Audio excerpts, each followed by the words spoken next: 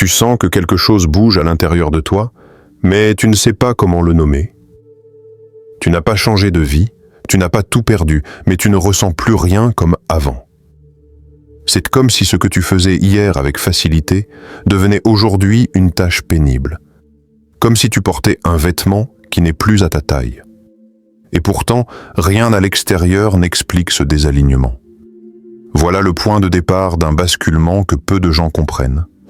Ce que tu vis n'est pas une fatigue, ce n'est pas une crise, c'est une transition invisible, intime, puissante. Tu n'es pas en train de régresser, tu es en train de sortir de la mécanique. L'âme n'envoie pas de notification. Elle pousse en silence dans des mouvements que l'esprit ne capte pas toujours.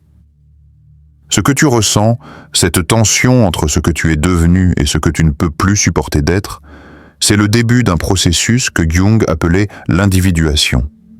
Une mutation intérieure qui t'oblige à abandonner ce qui était faux pour enfin rejoindre ce qui est juste. Et si tu es ici, maintenant, à lire ou à entendre ces mots, ce n'est probablement pas un hasard. Cette vidéo va te révéler 5 réalités profondes sur ce chemin intérieur que beaucoup traversent sans pouvoir le nommer. Pas de promesses miraculeuses. Seulement des vérités que tu ressens peut-être déjà, mais que personne ne t'a encore confirmées. Reste attentif. Ce que tu vas entendre n'est pas une explication, c'est une reconnaissance. Une validation silencieuse que ce que tu vis a un sens plus grand que ce que tu crois. 1. Tu es en train de te détacher de ce que tu n'as jamais été. Ce qui se passe en toi n'est pas une perte. C'est une rupture avec ce qui t'a recouvert pendant trop longtemps. Pendant des années, tu t'es construit autour d'habitudes, de rôles, de phrases répétées, de codes appris, et tu y as mis toute ta bonne volonté. Tu t'es adapté pour être accepté. Tu as imité pour ne pas être rejeté. Tu as souri même quand quelque chose en toi se refermait doucement. Mais aujourd'hui, sans prévenir, tu ne peux plus continuer à jouer ce jeu. Pas parce que tu as changé, mais parce que ce que tu étais n'était pas toi. Ce n'est pas une dépression, ce n'est pas un caprice. C'est un retour brutal vers quelque chose de plus vrai. Tu sens que certains environnements t'étouffent, que certaines personnes drainent ton énergie, que certains sujets te paraissent absurdes. Tu ressens une distance que tu ne peux plus ignorer. Tu ne rejettes pas les autres, mais tu ne peux plus t'imposer ce qui ne résonne plus avec toi. C'est comme si ton âme disait « ça suffit ». Et tu l'écoutes même si tu ne sais pas encore exactement vers quoi elle te mène. La société valorise ceux qui savent où ils vont. Elle ne comprend pas ceux qui se retirent. Mais toi, tu ne te retires pas pour fuir. Tu te retires pour respirer. Tu n'as plus envie de faire semblant. Tu n'as plus envie de te forcer à participer à ce qui ne t'enrichit pas intérieurement. Tu as passé trop de temps à t'ajuster à un monde qui récompense l'oubli de soi. Aujourd'hui, tu retires lentement les couches. Tu reviens à toi, même si tu ne sais pas encore qui tu es exactement sans tous ces masques. Ce processus fait peur. Parce qu'il n'est pas spectaculaire. Il est invisible. Personne ne te félicite pour t'être éloigné du bruit. Personne ne célèbre ta lucidité. Et pourtant, tu es au cœur du changement. Tu es en train de choisir la solitude plutôt que la trahison de toi. Tu es en train de préférer le vrai silence à la parole forcée. Tu es en train de désobéir à tout ce qui te gardait attaché à une version de toi que tu ne reconnais plus. Tu remarques aussi que ce détachement s'accompagne d'un vide. Il est tentant de le remplir trop vite, mais ce vide est sacré. Il est le terrain neutre où ce que tu es vraiment va pouvoir enfin émerger. Tu ne sais peut-être pas encore ce que tu veux, mais tu sais clairement ce que tu ne veux plus. Et cette clarté, même douloureuse, est une victoire. Tu n'as pas besoin d'avoir tout compris pour savoir que tu avances. Ton malaise est une preuve de vie. Il est possible que tu te sentes plus seul que jamais. Mais cette solitude n'est pas une punition. Elle est la salle d'attente de ton renouveau. Ce n'est pas une mise à l'écart, c'est une mise à nu.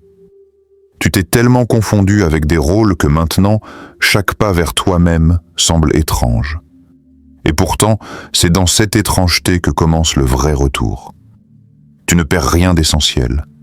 Tu laisses partir ce qui t'a empêché d'exister pleinement. 2. Ton inconscient t'appelle à travers des signes que personne ne t'a appris à lire. Il y a des moments où tu te réveilles avec une sensation étrange.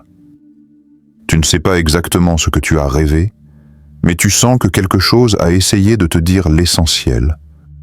Ton cœur bat plus vite, ton esprit cherche à comprendre, mais le message semble avoir glissé entre les doigts. Ce n'est pas un simple rêve.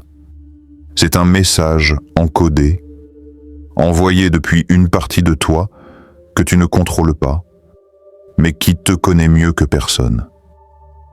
Tu vis dans une culture qui t'a appris à ignorer cette langue-là.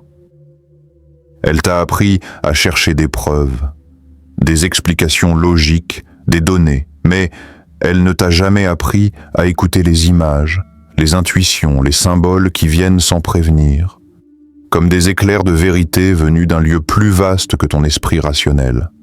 Pourtant, c'est exactement là que ton inconscient agit. Il ne parle pas avec des mots, il parle avec des ressentis, des coïncidences, des archétypes. Et toi, tu es en train d'apprendre à l'entendre malgré l'absence de manuel. Quand tu rêves d'un lieu inconnu mais familier, d'un personnage étrange mais chargé d'émotions, ce n'est pas un hasard. C'est ton inconscient qui tente de te rappeler un souvenir que ton esprit a oublié, ou une vérité que tu n'as pas encore osé affronter. Et parfois, ce ne sont même pas des rêves. Ce sont des intuitions soudaines, des sensations de déjà-vu, ou cette impression de savoir quelque chose sans l'avoir appris. Tu crois que c'est de l'imagination, mais c'est bien plus que ça. C'est une mémoire plus ancienne que ta mémoire consciente. Le langage de l'inconscient est subtil, mais jamais aléatoire. Tu remarques peut-être que certains symboles se répètent, un animal, une couleur, une forme. Tu crois que c'est le fruit du hasard, alors que c'est un code. Un code que seul ton être profond peut décoder. Chaque rêve intense, chaque image obsédante, chaque détail qui te hante au réveil est une note laissée par une partie de toi qui sait où tu vas avant même que tu ne le saches toi-même. Et ce n'est pas réservé à des initiés.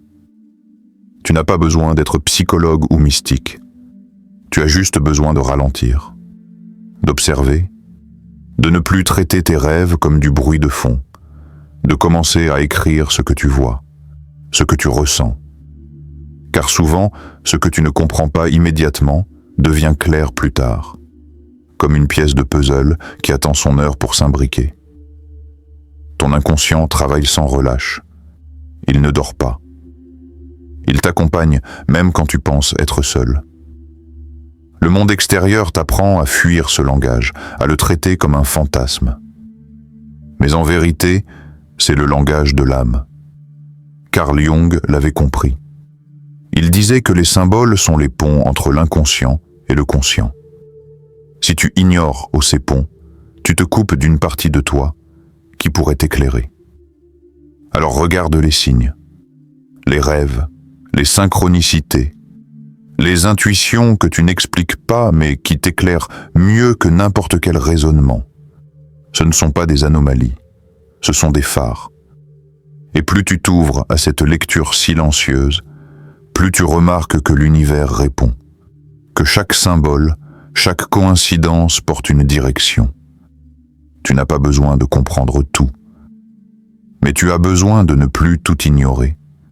Tu as besoin de te souvenir que ton âme parle, et qu'elle parle toujours la première. 3. Tu ne veux plus te mentir, même si c'est plus confortable.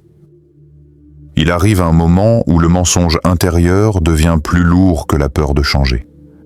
Tu peux continuer à faire semblant devant les autres, mais tu ne peux plus faire semblant devant toi. Tu entends encore les vieilles justifications que tu te répétais pour survivre. Ce n'est pas si grave. Tout le monde fait ça. Je n'ai pas le choix. Mais maintenant, Même ces phrases réconfortantes te paraissent creuses. Tu sais que quelque chose ne tient plus. Ce n'est pas l'extérieur qui t'asphyxie, c'est ce que tu continues à faire contre ton propre ressenti. Tu n'as plus envie de négocier avec ton malaise. Tu ne veux plus ajuster ta vérité pour la rendre acceptable. Tu ne veux plus forcer ton énergie à s'adapter à ce qui ne t'élève pas. Et même si c'est inconfortable, tu sais que la vraie souffrance ne vient pas de cette vérité nue, mais du temps que tu passes à essayer de l'éviter. Parce que la pire fatigue, ce n'est pas celle du travail ou des autres, c'est celle de se trahir chaque jour un peu plus. Tu regardes certaines de tes décisions passées et tu ne les reconnais plus. Tu t'interroges sur tes choix professionnels, tes relations, ton mode de vie. Et tu n'arrives plus à te convaincre que tout cela a du sens. C'est comme si tu avais bâti une maison entière sur des fondations que tu n'as jamais validées toi-même. Et maintenant que tu commences à creuser, tu te rends compte que beaucoup de choses ont été construites sur de la peur, de l'imitation ou du besoin d'être validé. Tu n'as plus envie de t'adapter à des normes qui ne te nourrissent pas. Tu n'as plus envie de prétendre que tout va bien juste pour ne pas déranger. Tu ne peux plus. Pas parce que tu es brisé, mais parce que tu commences à être vivant. Et la vie ne supporte pas les masques trop longtemps. Elle les tolère, un temps. Puis elle t'arrache ce qui est faux, même si tu t'y es attaché. Ce moment de lucidité peut être brutal. Il casse les illusions, il bouleverse tes habitudes. Il t'oblige à remettre à plat ce que tu croyais acquis. Mais ce n'est pas une destruction, c'est une reconfiguration. Ce n'est pas que tu ne sais plus qui tu es, c'est que tu es en train de te débarrasser de ce que tu n'as jamais vraiment été. Tu peux ressentir de la colère, du vide, de la confusion. C'est normal. Parce que pendant longtemps, tu as appris à confondre ce que tu fais avec ce que tu es. Tu as confondu tes obligations avec ton essence. Tu as confondu le confort avec la paix. Et maintenant, tu veux autre chose. Tu veux le vrai. Même si ça coûte du confort. Même si ça coûte des gens. Même si ça coûte des certitudes. Tu ne veux plus jouer un rôle dans un scénario écrit par d'autres. Tu ne veux plus vivre dans une version modifiée de toi-même, optimisée pour plaire, pour ne pas déranger, pour rester dans le rang. Tu veux t'autoriser à penser par toi-même, à ressentir sans filtre, à exister sans traduction. Et cette décision-là, même si elle est silencieuse, même si personne ne la remarque, c'est une révolution intérieure. Tu ne veux plus te mentir. Et c'est là que tout commence à changer. 4. Ce que tu ressentais comme faiblesse était en fait ta boussole intérieure. Tu as souvent été traité comme quelqu'un de trop sensible, trop silencieux, trop intense, trop fragile. Et pendant longtemps, tu as essayé de corriger ce trop. Tu as voulu te durcir. Tu as voulu faire comme les autres. Tu as tenté de rationaliser, de bloquer, d'éteindre. Parce qu'on t'a appris que ressentir profondément était une gêne, un poids pour les autres, un problème à régler. On t'a fait croire que cette profondeur était un défaut. Alors tu t'es protégé. Et à force de te contenir, tu as commencé à douter de ce que tu percevais naturellement. Mais aujourd'hui, quelque chose commence à s'inverser. Ce que tu pensais être un handicap devient une force. Ce radar que tu as toujours porté en toi, que tu as essayé de désactiver, c'est en fait ton guide. Cette hypersensibilité que tu voulais étouffer te montrait depuis le début ce qui était juste ou non pour toi. Tu ressentais l'inauthenticité, tu percevais les non-dits, tu sentais les décalages. Et au lieu d'écouter cette voix intérieure, tu t'es forcé à l'ignorer pour ne pas déranger. Tu n'étais pas faible. Tu étais lucide dans un monde qui nie ses émotions. Ton malaise n'était pas une erreur, c'était une alarme. Quand un lieu t'oppressait, quand une parole te blessait sans raison apparente, quand une ambiance t'épuisait, ce n'était pas toi le problème. C'était ton corps, ton esprit et ton cœur qui travaillaient ensemble pour te dire « ce n'est pas ton endroit, ce n'est pas ton énergie, Ce n'est pas ton rythme. Mais à force de nier cette finesse de perception, tu t'es coupé de toi-même. Aujourd'hui, tu redécouvres cette capacité comme un outil de discernement. Tu n'as pas besoin de tout expliquer. Tu sens. Tu n'as pas besoin d'avoir des preuves. Ton corps sait. Ta vibration réagit. Et ce savoir-là n'est pas inférieur à la logique. Il est complémentaire. Il est même souvent plus rapide, plus juste, plus profond. Il est silencieux, mais il ne se trompe pas. Ce que tu appelais faiblesse était en fait ton antenne. Elle ne capte pas tout ce que les autres voient, elle capte ce qu'ils ne voient pas. Ce que tu ressens chez quelqu'un avant qu'il parle. Ce que tu devines dans une pièce avant que la tension ne monte. Ce que tu pressens dans un projet avant que les conséquences n'arrivent. Tu n'as jamais été vulnérable. Tu étais fin, et personne ne t'a appris à faire confiance à cette finesse. Tu commences maintenant à réintégrer cette sensibilité dans ta manière d'être. Non plus comme une gêne, mais comme un filtre sacré. Tu ne cherches plus à être fort selon les critères du monde. Tu cherches à être juste selon tes propres signaux. Et dans ce recentrage, tu retrouves ta souveraineté. Tu choisis tes relations, tes espaces, tes engagements avec plus de clarté. Tu ne fais plus semblant d'aller bien dans un endroit où ton âme se referme. Tu écoutes cette voix intérieure, discrète mais constante, et tu t'y fies, parce qu'elle ne t'a jamais trahi. 5. Tu n'es pas en train de t'éloigner du monde, tu es en train de renaître à toi-même. Il y a un malentendu silencieux que tu vis depuis quelque temps. Tu sens que tu t'éloignes des gens, des habitudes, des conversations. Tu réponds moins, tu participes moins, tu regardes autour de toi comme si tout avait perdu ses couleurs. Tu observes les autres, leur énergie, leurs courses, leurs distractions, et tu ne t'y retrouves plus. Ce n'est pas que tu les juges, c'est juste que tu n'arrives plus à te forcer. Et alors, une question s'installe. Est-ce que je me déconnecte? Est-ce que je me perds? Non. Ce n'est pas une déconnexion, c'est une décantation. Ce n'est pas un rejet du monde, c'est un retrait temporaire pour pouvoir réapparaître autrement. Ce que tu vis, c'est une sorte de basculement d'identité. Tu es entre deux formes. L'ancienne ne fonctionne plus. La nouvelle n'est pas encore claire. Et dans cet entre-deux, le monde semble trop fort, trop bruyant, trop rapide. Alors tu ralentis, tu te retires, tu écoutes. Tu n'as jamais été aussi vivant même si tu as l'impression d'être en pause. En réalité, ta transformation est souterraine. Ce que les autres ne voient pas au palais, c'est le travail profond qui s'opère en toi. Tu n'es pas inactif. Tu es en train de te recaler sur ce qui est juste pour toi. Tu n'as pas disparu. Tu te reconstruis. Et cela ne se fait pas dans le tumulte. Cela se fait dans le silence, dans l'ombre, dans l'invisible. Ce processus peut te faire croire que tu perds tout. Les repères, les gens, ta place. Mais ce que tu perds, c'est seulement ce qui ne peut pas coexister avec ce que tu deviens. Ce que tu es en train de gagner, c'est toi. Non pas une version idéale de toi, mais une version cohérente. Une version que tu ne peux plus trahir parce qu'elle t'oblige à être entier, aligné, vrai. Tu sens peut-être que tu ne peux plus revenir en arrière.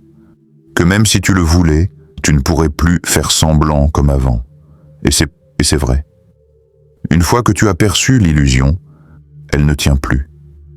Une fois que tu as senti ce qui est essentiel, le reste devient trop bruyant, trop forcé. Tu ne peux plus réintégrer ce que ton être a déjà dépassé. Et ce n'est pas de l'arrogance. C'est une conséquence naturelle du réveil intérieur. Tu ne te coupes pas du monde. Tu redéfinis ta façon d'y être. Tu n'es pas en train de fuir la réalité. Tu es en train de créer une nouvelle réalité à partir de toi. Une présence plus consciente, une action plus juste, une parole plus vraie. Et cette version-là de toi, même si elle est encore fragile, est bien plus stable que tous les rôles que tu as portés. Le monde a besoin de gens qui ont traversé ce genre de vide. Parce que ces gens-là ne parlent pas pour dominer. Ils parlent pour partager. Ils n'agissent pas pour prouver. Ils agissent parce que ça résonne. Ils ne conseillent pas pour briller.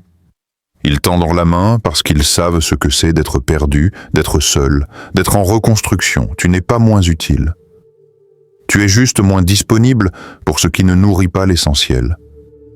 Et en cela, tu n'es pas en retrait. Tu es en train d'apparaître, plus aligné, plus conscient, plus vivant. Tu n'as pas choisi ce processus. C'est lui qui t'a choisi. Et tout ce que tu ressens en ce moment, cette distance avec les autres, ce brouillard intérieur, cette fin de vérité, n'est pas une erreur. C'est le signe que ton âme ne veut plus marcher avec des chaussures qui ne sont pas les siennes. Tu ne fais pas semblant d'aller bien. Tu cherches ce qui est vrai, même si c'est inconfortable. Et ça, c'est le début d'une vraie transformation. L'individuation n'est pas une mode spirituelle, c'est une reconstruction complète de l'être. Un chemin exigeant, mais profondément libérateur. Si tu t'es reconnu à travers ces mots, ne laisse pas cette prise de conscience mourir dans le silence. Partage ce que tu ressens. Mets des mots sur ton expérience. Laisse un commentaire, pas pour moi, mais pour toi. Pour poser un acte symbolique. Un engagement simple, celui de ne plus trahir ton chemin. Et si tu veux aller plus loin, reviens ici. Reviens chaque fois que tu doutes. Ce n'est pas une simple vidéo. C'est un point d'ancrage. Un repère que tu peux retrouver à chaque fois que tout semble flou. Parce qu'on n'a pas besoin de savoir où on va pour continuer à marcher. Il suffit de savoir que ce qu'on ressent est vrai.